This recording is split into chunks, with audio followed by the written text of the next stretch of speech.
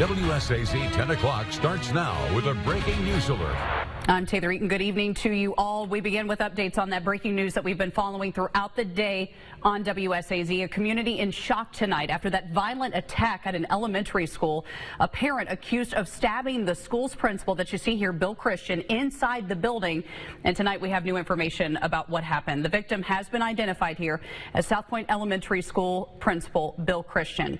Police telling us that he was speaking with the suspect, who is also a parent of a student at the school. And at some point during that conversation, police say that parent pulled out a knife, stabbed Christian in the neck and the upper torso.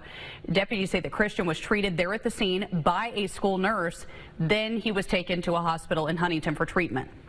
We've learned tonight the suspect in this, Joshua Collins, and the picture you're seeing here just into us, it was just taken just a little bit ago. He was booked in Cabell County and is being held in Cabell County until he's taken back to Lawrence County, Ohio to face charges. And then we got another picture from a viewer named Isaiah Martin as Collins was being taken out on a stretcher because he had injuries to his arm. Deputies say he actually broke out a window to try to get into the office area and chase after the principal. New information, though, tonight from the Lawrence County Sheriff's Department saying that after the stabbing, Collins broke the glass window into that office door, chased Christian through the office, then into a cafeteria, and that's where police were able to take Collins into custody.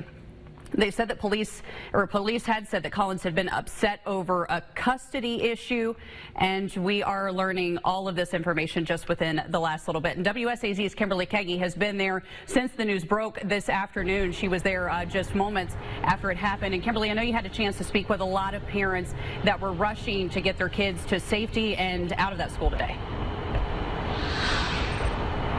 It's certainly very chaotic, as you can imagine, the amount of response from law enforcement, first responders in the area, and on top of that, just hundreds of parents wanting to make sure that their child is okay. Now, when I first arrived here around 2:45 this afternoon, it's just so difficult to hear that mother share her story and her trauma from today, because it's been very traumatic for everybody that was involved. Those young students having to hear all of those police sirens rush to their school and being able to help someone again. And certainly anytime you go into a lockdown situation, it's certainly a situation that you remember as a kid, and you remember throughout the rest of your education and your academic career. And Taylor, when I talked with a woman earlier, she said, I think our bedtime routine is going to look a little different tonight. And I think that we'll share extra hugs and we'll give each other the love that we need, because those kids are certainly going through a difficult time, their parents as well, and the entire community left in shock and disbelief tonight. Yeah, they're certainly wrapping them up in love this evening. Kimberly, thank you.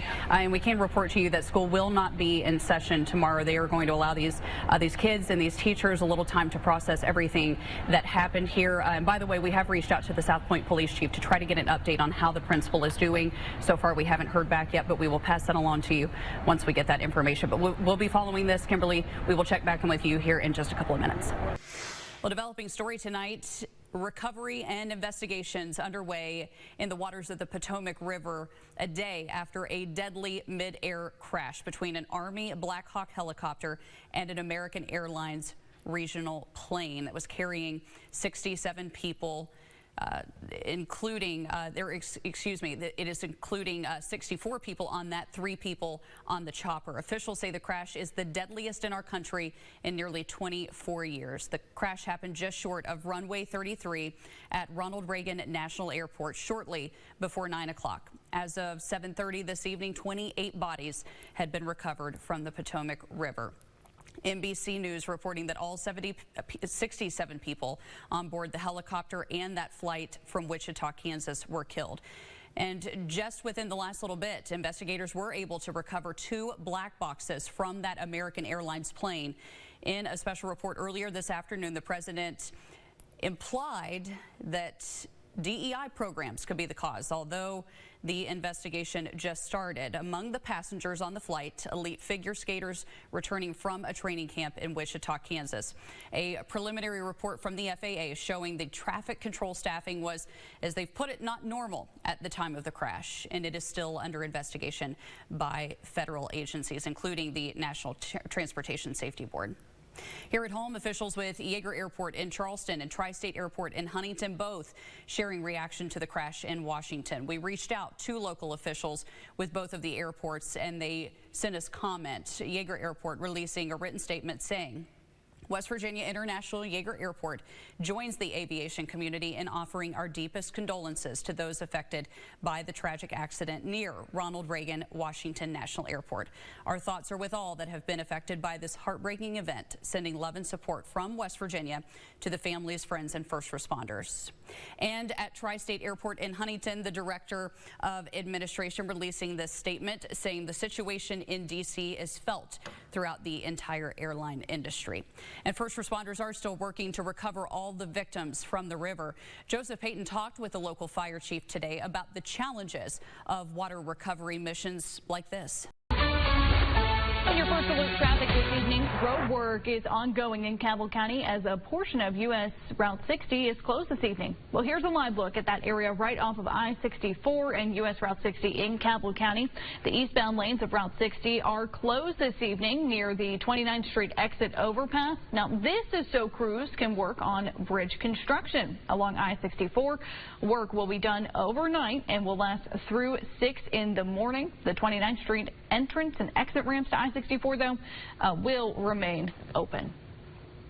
Also in first alert traffic, a temporary lane closure in Charleston may affect drivers on their morning commutes. Now, this is all happening along I-64 westbound at the Washington Street exit. Work is expected to last until 6 tomorrow morning as crews are currently allowing contractors to perform milling operations in that area. Get to first alert traffic now, and a heads up for those of you that will have to head out to 77 near Sissonville tomorrow, especially in the morning hours. You need to prepare to run into a little bit of extra time on that commute because according to West Virginia 511 officials, there will be some alternating lane closures on 77 North due to some road work. So this all starts at 6 o'clock in the morning, and then they're going to be back out on Friday. So all of this is happening right at Pocatalico, Sissonville, in that area. Officials say they're going to be doing some paving and some striping work. So again, this is tomorrow and Friday. Drivers expect some delays as you're traveling through that area. Today was a busy day along the West Virginia Turnpike as West Virginia Parkways Authority is estimating nearly 150,000 drivers took to the Turnpike this afternoon to travel. As many still may be traveling into tomorrow, Parkways Authority projecting about 65,000 drivers. And many are traveling those major interstates too in the region. Let's go ahead and get a check on those who are hitting the road and how they're looking. Now, this is a live look at Nitro Bridge. Certainly very nice to have this holiday season that bridge be completely reopened. No construction barrels to go around. Drivers can be seen traveling even at this hour on the highway, and it certainly is moving along. All lanes are reported to be open this evening, so you should have no hiccups so far. And as the week of Thanksgiving is about family, it's also finding the safest way to get to your loved ones. And AAA is projecting some high traveled numbers for Thanksgiving as WSAZ's Ariana Mintz spoke with those who are on the roads. An investigation underway with the Sauter County Sheriff's Office after a Wheelersburg elementary student notified their bus driver that another student had a gun in their backpack on the way to school. School officials say the bus driver immediately secured the backpack, notified school administrators. Upon investigation, the backpack had an unloaded airsoft pistol which shoots plastic pellets. School officials say no one was hurt and the school day proceeded on as normal. West Virginia Governor Patrick Morrisey this week signing House Bill 2354 into law, prohibiting certain harmful food dyes from being used in school lunches starting next year. The bill bans red dye 3 and 40, yellow dye 5 and 6, blue dye 1 and 2, and green dye 3, starting August 1st of this year. It would ban those dyes in food produced from the school and given to the students for lunches. Also in the bill, starting January 1st of 2028, the food dye bans will go statewide in West Virginia. The bill's sponsor, Delegate Adam Burkhammer, says it shouldn't have too much of an effect on foods on store shelves. He also says that Fayette County Schools testified in Senate committee hearings that they had already been taking proactive steps to remove dyes in their schools. Good evening to all of you. I'm Taylor Eaton. Thank you so much for being here. Two parents indicted on charges of child neglect in the death of their 2-year-old daughter who drowned in June of last year in Lincoln County. Jack Parsons Jr. and Tara Adkins are charged with child neglect resulting in death and child neglect with risk of death. We told you about this when it happened along Scary Creek Road in Hamlin last year. According to the criminal complaint, the little girl and her 3-year-old brother were found in a pond.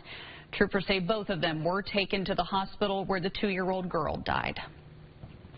Two people on the run tonight accused of robbing a used car dealer at knife point in Cabell County. The Cabell County Sheriff's Department says it happened along Route 60. Deputies say the two people went in, showed the knife, and got away with some cash. Deputies tell us they found the car the two took off in at 28th Street and 5th Avenue in Huntington, but still have not found the two people involved. Loved ones gathering this evening in a candlelight vigil to honor a woman who was killed in her home in Huntington a year ago today. 46-year-old Parzella Harris was found dead in her home in the 1900 block of 18th Street. Not long after her body was found, police arrested a juvenile in the case, and he was charged with first-degree murder. On the first anniversary of her death, the loved ones saying this vigil will help to keep her memory alive. A second juvenile also arrested in the case, charged with accessory after the fact. We reached out today to the prosecuting attorney's office to see if there are any updates on whether the teen charged with murder may be tried as an adult. The prosecutor said he couldn't comment on anything juvenile related. Deputies in Kanawha County needing your help to identify two people accused of shoplifting a welder at a store in Cross Lanes. Take a look here. Deputies say the man and the woman were caught on surveillance video going by the checkout and loading that welder, valued at about $1,000, into a car. The two are will be facing charges of shoplifting and conspiracy to commit a misdemeanor when they are arrested. Deputies say the car they took off in is a black Volkswagen Tour EG with a West Virginia license plate, and you see it here. It is D11074A. So if you know information about the two, you recognize them, or maybe you recognize the plate here, you are asked to call the Kanawha County Sheriff's Department. Good evening, I'm Tim here. Thanks for joining us. We're joined by meteorologist Nicholas Snyder as we have had a day of it. Weather, rain, tornado warnings, some tornado touchdowns. Let's get you right to Nicholas right now for what's ahead now. Yeah, all the hazards we did have today. Good news is the first alert weather. Okay, thanks, Nick. Kanawha County seeing a lot of storm damage all across the county in various areas. Trees wiping out homes and cars and damaging power lines. News Channel 3's Adriana Doria has been with us all day live. And Adriana, you have really seen it all throughout the day. Yeah, that's right, Tim. We really have seen it all. We've been in parts of Charleston. Now on to Ona, West Virginia, and that's where a billboard, a huge billboard, like the kind you see along the interstate, came crashing down and took off the corner portion of a home. News Channel 3's Kimberly Kagi joins us now from Ona with the very latest on what turned out to be an amazing day as far as those workers getting that road opened up again. It's hard to kind of put into words the aftermath of that strength of the storm that we saw this morning.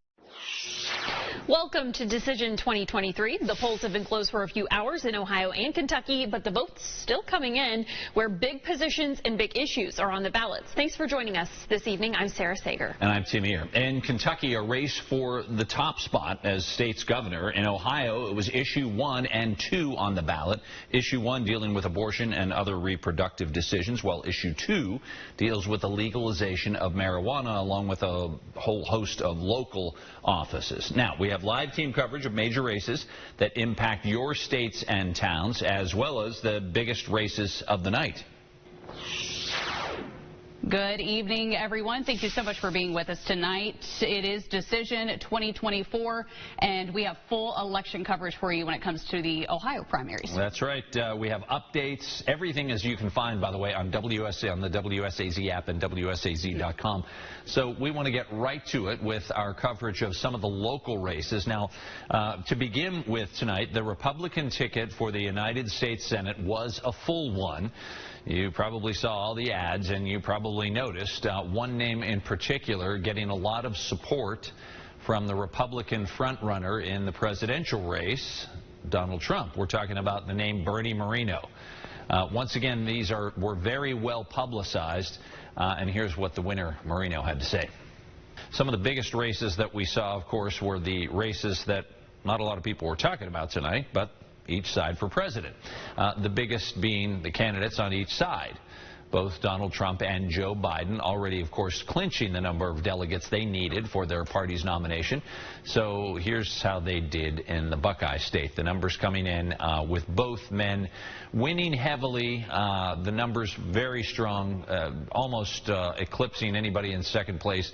That wasn't even close, with the percentages being probably 70%. Last count we saw 70 or 80% of the next competitors being maybe 15 or 20%.